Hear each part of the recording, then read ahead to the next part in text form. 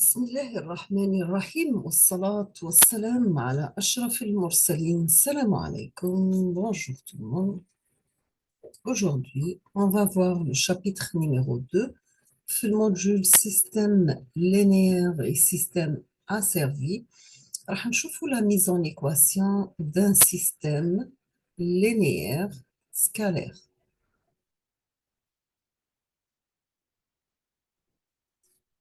Nous avons que toujours la mise en équation au départ de l'analyse d'un système. C'est une opération extrêmement délicate qui peut compromettre l'ensemble de l'étude d'une manière définitive. Nous avons que cette opération demande beaucoup de connaissances physiques, mais aussi d'expérience de terrain.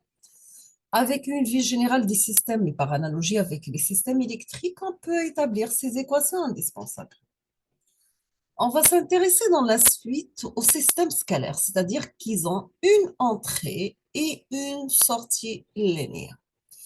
On va commencer par la définition, c'est quoi un modèle et comment faire la mise en équation. Toujours on appelle un modèle d'un process ou bien un système monovariable. C'est la loi qui relie l'entrée X, qui d'une façon générale c'est la cause, à la sortie Y, c'est bien ce qu'on appelle l'effet. Toujours, nous avons idéalement pour comprendre l'étude d'un système et de détailler pas à pas l'ensemble de ses éléments constitutifs, nous avons que la seule au stade de la conception d'un système automatisé n'est pas praticable en général pour un système existant, qui peut être soit d'une structure complexe ou bien elle est mal connue. On va considérer par la suite, on peut définir a priori une loi simple qui va relier la sortie Y à une entrée X. Toujours, les paramètres sont en général nombreux de la loi, sont alors déterminés par des essais effectués sur le système. Bien sûr, c'est bien ce qu'on appelle, c'est la phase d'identification ou bien de modulation. Si nous avons un système linéaire et scalaire, le comportement d'un système est régi par une équation différentielle. Donc, nous avons une équation différentielle qui a cette forme. Donc, le système, il a pour entrée x de t et la sortie y de t. Dans ce cas, on aura bn, la dérivée nème de la sortie par rapport à tn, plus jusqu'à l'arrivée de b1, la dérivée première par rapport au temps, plus b0y égale tout simplement AM, la dérivée m de x par rapport à tm, plus jusqu'à l'arrivée de A1, la dérivée de x par rapport au temps, plus A0 x. Nous avons une remarque, si nous avons un système qui est variant, sachant que nous avons travaillé au départ avec un système qui est invariant, dans ce cas, on aura les coefficients AI, B et BG de l'équation sont dépendants de temps, d'accord? Dans ce cas, vous aurez les AI en fonction de temps et les BG en fonction de temps.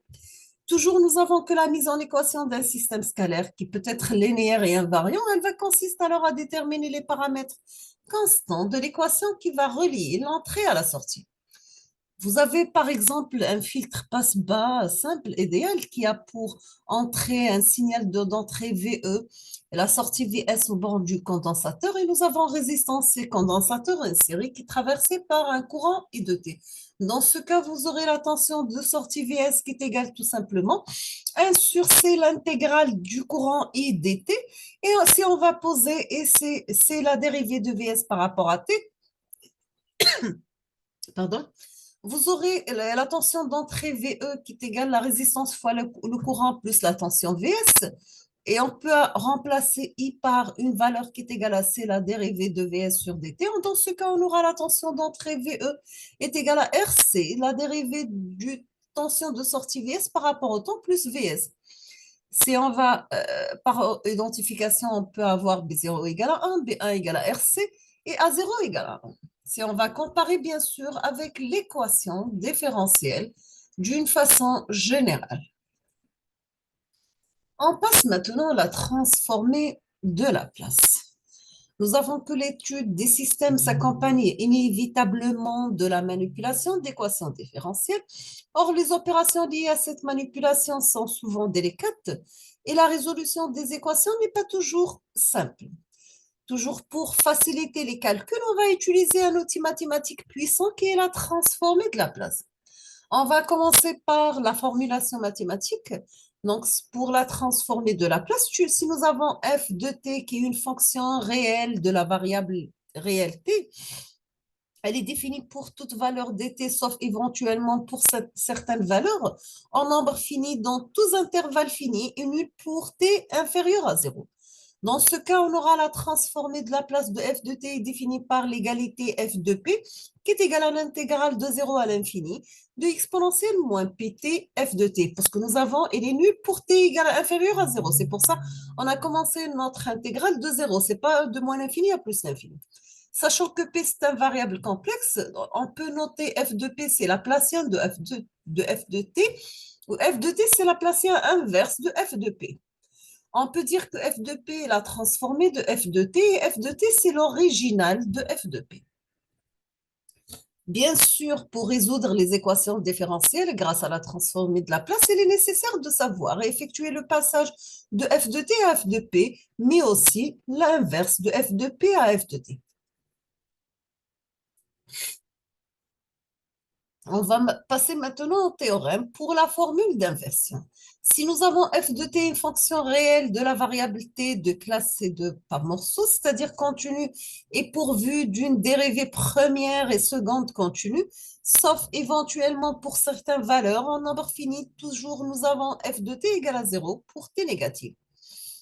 Nous avons toujours, il existe un sigma tel que l'intégrale de 0 à l'infini de exponentielle moins pt f de p dt et l'intégrale de 0 à l'infini de exponentielle moins sigma t f de p dp sont convergentes. Bien sûr, pour toute valeur de t, nous avons 1 demi de f de t plus 0 plus f de t moins 0 est égal à 1 sur 2g pi, un intégral sur un contour de exponentielle tp f de p dp. Le contour, c'est la droite d'équation pour x égale à sigma. Toujours pour information, le calcul de cette dernière intégrale est effectué avec la méthode des résidus que sera abordée ce deuxième cycle. On va passer maintenant aux propriétés et théorèmes. Quelles sont les propriétés de la transformée de la place sont réunies dans ce tableau. Nous avons propriété, l'original et la transformée de la place. Linéarité, si nous avons AF1 de t plus BF2 de t, A pour transformer de la place, la même constante A, mais cette fois-ci avec F1 de P plus BF2 de P. F1 de P, c'est la transformée de la place de F1 de T, et F2 de P, c'est la transformée de la place de F2 de T.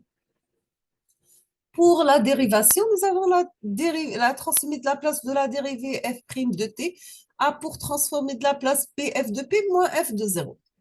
La dérivation d'ordre n, f d'ordre n de t, A pour, bien sûr, pour n positive, A pour transformer de la place pn, f de p moins pn moins 1, f de 0, moins pf de n moins 2, 0, jusqu'à l'arrivée de f de n moins 1 par 0.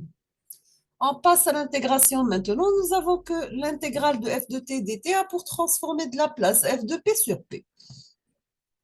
Pour le retard, nous avons f de t moins θ pour transformer de la place exponentielle moins θ p f de p. On passe maintenant au changement d'échelle. Nous avons f de at pour transformer de la place 1 sur a, f de p sur a.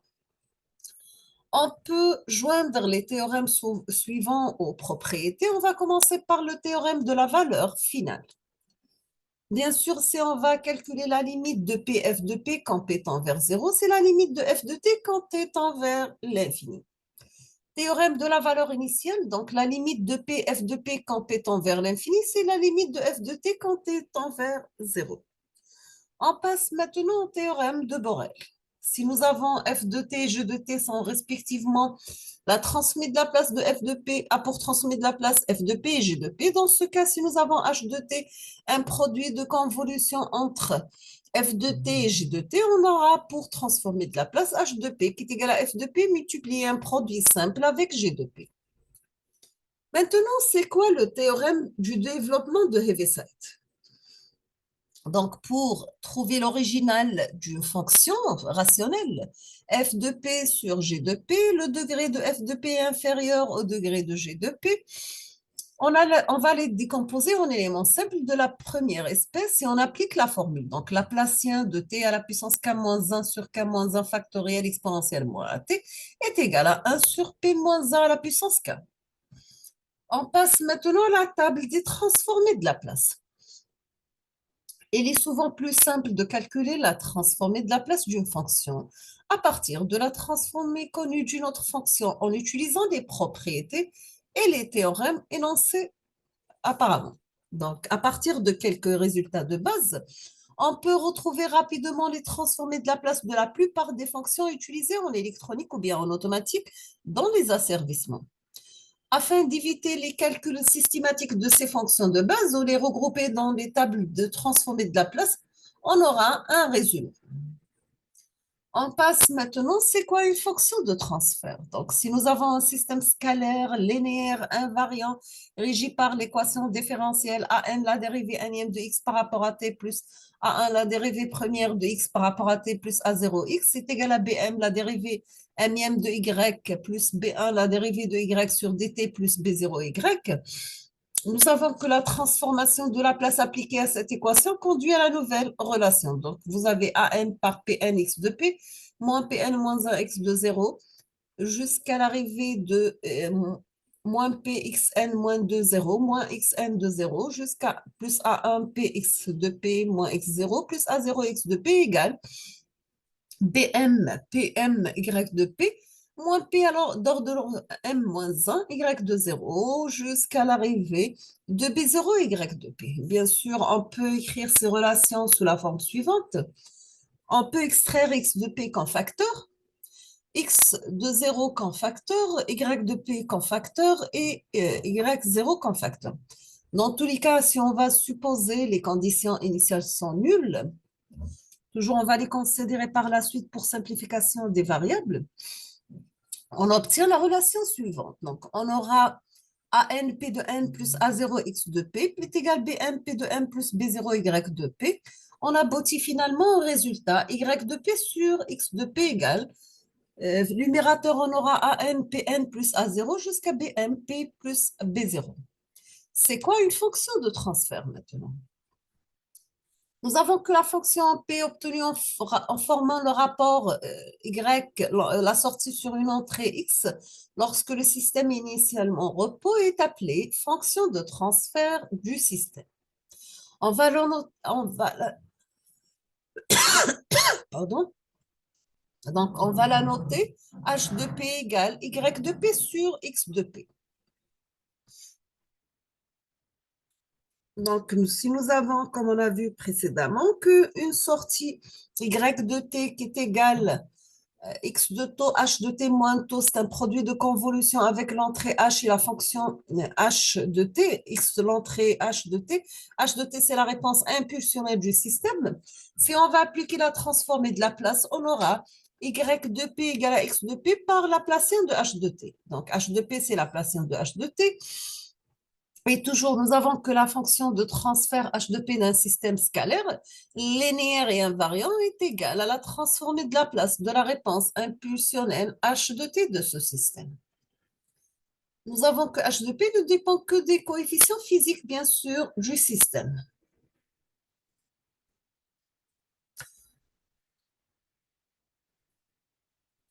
On va prendre un exemple, toujours avec le filtre passe-bas idéal simple. Nous avons la tension d'entrée est égale à RC, la dérivée de la tension de sortie Vs sur dt plus Vs. Si on va appliquer Laplacien, on aura VE de P est égal à RC, P Vs de P moins Vs de 0 plus Vs de P. Si on va supposer les conditions initiales sont nulles, dans ce cas, on aura qu'en fonction de transfert, H de K H de P qui est égal à Vs de P sur VE de P qui est égal à 1 sur 1 plus RCP. On passe maintenant à définir c'est quoi un diagramme fonctionnel. Nous avons toujours un système complexe peut comporter plusieurs sous-systèmes. Pour manipuler les équations de l'ensemble du process sans lourdeur, on utilise une représentation schématique adaptée. Nous avons la méthode des diagrammes fonctionnels. Toujours, le diagramme fonctionnel d'un système scalaire dont la fonction de transfert est h de p est défini par x de p l'entrée, la h de p c'est la fonction de transfert, y de p la sortie. Nous avons le calcul dans le laplacien étant simple, on garde les diagrammes fonctionnels, l'expression du transformé de Laplace.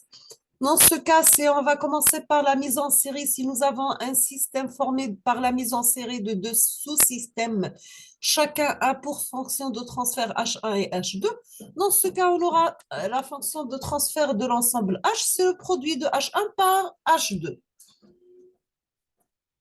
Pour la mise en parallèle, si nous avons un système formé par la mise en parallèle de deux systèmes de fonctions de transfert H1 et H2, dans ce cas, la fonction de transfert de l'ensemble H est égale à H1 plus H2.